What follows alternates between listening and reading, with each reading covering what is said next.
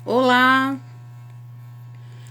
eu me chamo Raquel, sou psicóloga e eu queria hoje abordar um tema muito interessante.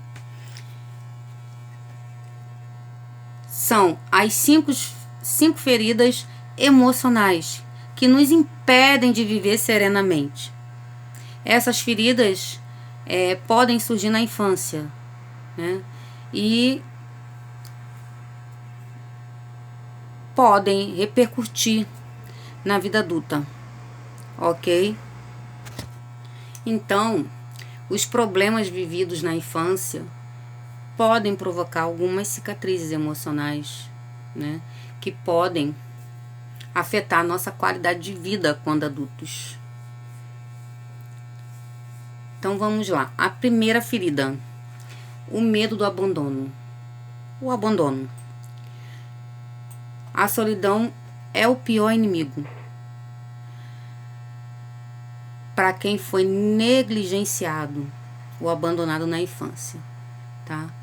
Então, o abandono pode acontecer num divórcio, né, em que o pai deixa a casa, não necessariamente o pai, mas geralmente, né, o pai deixa e muitas das vezes vê o filho ou a filha esporadicamente, ou tem aquele que abandona mesmo e que não aparece mais. Isso pode gerar uma sensação de abandono na infância, ou não necessariamente divórcio, pais que trabalham bastante, pais que trabalham muito, no caso, e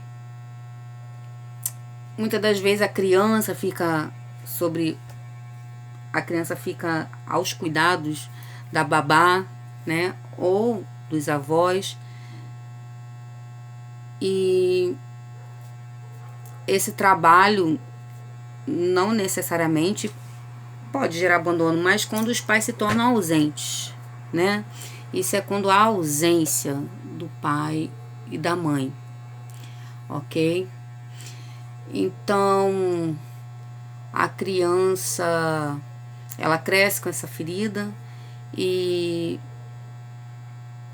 quando adulta ela precisa trabalhar o medo da solidão. Geralmente se torna adulto com medo de ficar só, né? O medo de ser rejeitado. E essa ferida ela não é fácil de curar.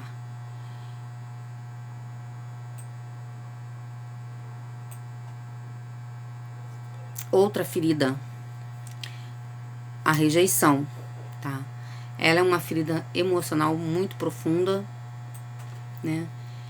E pode implicar na rejeição de nós mesmos, tá? Do nosso interior, fazer com que a gente não se sinta amada, né? Ter pensamentos negativos. E ela pode ser gerada às vezes até dentro do ventre, quando a mãe não teve a gravidez planejada, os pais não planejaram, e a mãe muitas das vezes, né, não deseja ter essa gravidez, mas acaba, né, seguindo com a gravidez, ou às vezes o pai, né, que rejeita a gravidez, geralmente casal de namorados, pode acontecer, não necessariamente, tá, gente? Só tô dando um exemplo. Então, a rejeição ela pode surgir no ventre, tá? A partir de uma rejeição de uma gravidez, ok? Também ela pode surgir no ambiente escolar, né? Em que ela se sente rejeitada, não ser aceita em um grupo de colegas. E também na questão de filhos, né? Quando tem um irmão, o irmão é mais querido, né? Um irmão é mais querido que o outro, né? Muitas das vezes a mãe desejou ter um filho homem e aí veio uma filha mulher, uma série de coisas, né? E aí por não ser o sexo desejado, e a mãe, né, com certos comportamentos, rejeita essa criança. Então há uma série de conflitos, né? E a rejeição dos pais, da família ou de amigos pode gerar pensamentos de autorrejeição, de autodesqualificação. A pessoa, ela tem medo de ser rejeitada. A pessoa que tem medo, no caso, de ser rejeitada, ela não se sente digna de receber afeto ou de ser compreendida, tá? Então ela se isola em seu vazio interior, tá? Geralmente as pessoas que sofreram rejeição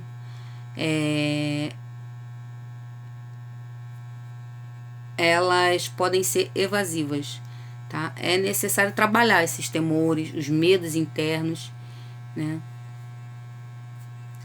E trabalhar isso aos poucos, né? Ver situações em que a pessoa vai ficar menos incomodada se alguém se afastar ou se alguém se esquecer, né? No caso, se alguém se esquecer de você em algum momento, né? Então você não levar isso para o lado pessoal, né? Porque a rejeição, quando a pessoa tem essa ferida, tá? Então a pessoa pode se incomodar com o fato do afastamento de um amigo, né? Inclusive um término de relacionamento amoroso é bem complicado com uma pessoa que tem rejeição, né? Também o abandono também, né? E então, assim, precisa ser trabalhado isso. É uma ferida muito dolorosa, muito profunda. Outra ferida é a da humilhação, que ela surge no momento em que a gente sente que os outros nos desaprovam. Ela pode surgir no ambiente escolar, né? A partir do momento em que a pessoa sofre crítica dos coleguinhas, bullying, o bullying, no caso, ele pode gerar esse sentimento de humilhação, né? Os pais, que muitas das vezes chamam a criança de estúpida, de burra, pode acontecer. Então, assim, pais que são críticos demais, né? Pode gerar esse sentimento de humilhação. E essa ferida geralmente gera uma personalidade dependente, tá? Ou então pode surgir como um mecanismo de defesa a criança apresentar tirania, ok? Ou egocentrismo, né? Ou repetir as humilhações que sofreu humilhando os outros, ok? Então, para esse tipo de experiência é preciso trabalhar a independência da pessoa, tá? Lembrando que esse sentimento da dependência também pode surgir na ferida de abandono, né? Que a pessoa tem medo da solidão, de ficar só. Então, a pessoa que sofreu o tipo da experiência de humilhação, ela precisa trabalhar a liberdade, a compreensão da necessidade, do medo, né? Assim como as prioridades, ok? Porque quando existe um medo da desaprovação, então se preocupa em agradar o próximo, né? E aí acaba priorizando mais a necessidade alheia do que a sua, né? Do que a sua própria necessidade, ok? Outra ferida é a ferida da traição. Geralmente a pessoa que tem essa ferida, ela tem medo de confiar nas pessoas, né? E surge quando a criança é traída, né, por um de seus pais, numa situação de descumprimento de promessas. Promete uma coisa e, né, não cumpre. E isso aí, consequentemente, assim, várias vezes, ok? Então isso vai criar uma desconfiança que pode ser transformada em inveja, tá? E outros sentimentos negativos, por não se sentirem merecedores do que foi prometido, ok? Então, sofrer também traição, tá? Também pode fazer com que a pessoa se torne um adulto controlador, né? Pode gerar o ciúme, né? A pessoa se tornar possessiva. A pessoa provavelmente tem a necessidade de exercer algum controle sobre os outros, né? O que normalmente vai se justificar como uma personalidade forte, mas muitas vezes existe uma ferida ali da traição. Então precisa ser trabalhado, porque a gente não vai ter tudo sob controle, ok? E essas pessoas, as pessoas que têm o sentimento da traição, a ferida da traição, ela tende a confirmar seus erros por meio de ações, tá? Então, para tratar as feridas emocionais da traição, é necessário trabalhar a paciência, a tolerância, né? E trabalhar o fato de a pessoa, né, ter responsabilidades, aprender a estar sozinho.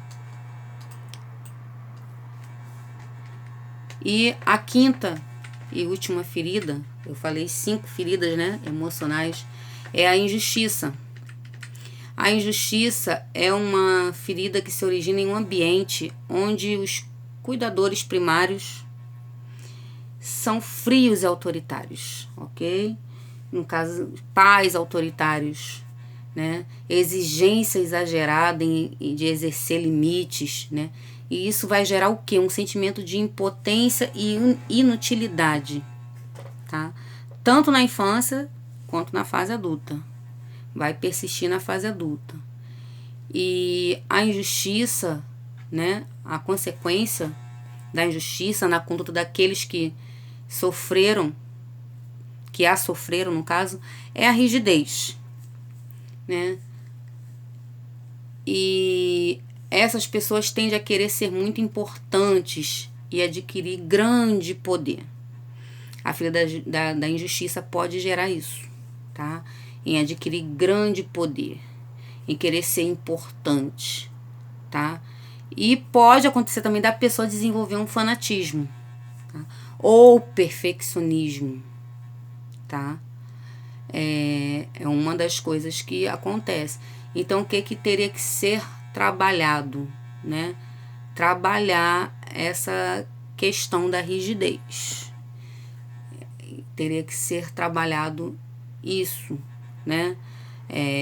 A pessoa pode se tornar muito rígida, perfeccionista, e teria que trabalhar essa área, ok? São essas 5 feridas que eu queria abordar com você, e é algo que podemos presenciar, né? Em algumas pessoas, alguém que nós podemos estar nos relacionando, ou às vezes algum amigo, e é uma forma de entendermos o que pode estar se passando também conosco, né? Muitas das vezes temos comportamentos que não entendemos, e por trás disso pode existir uma ferida emocional. Eu espero que você tenha gostado dessa conversa e espero que tenha sido de grande valia para você, ok? Boa noite.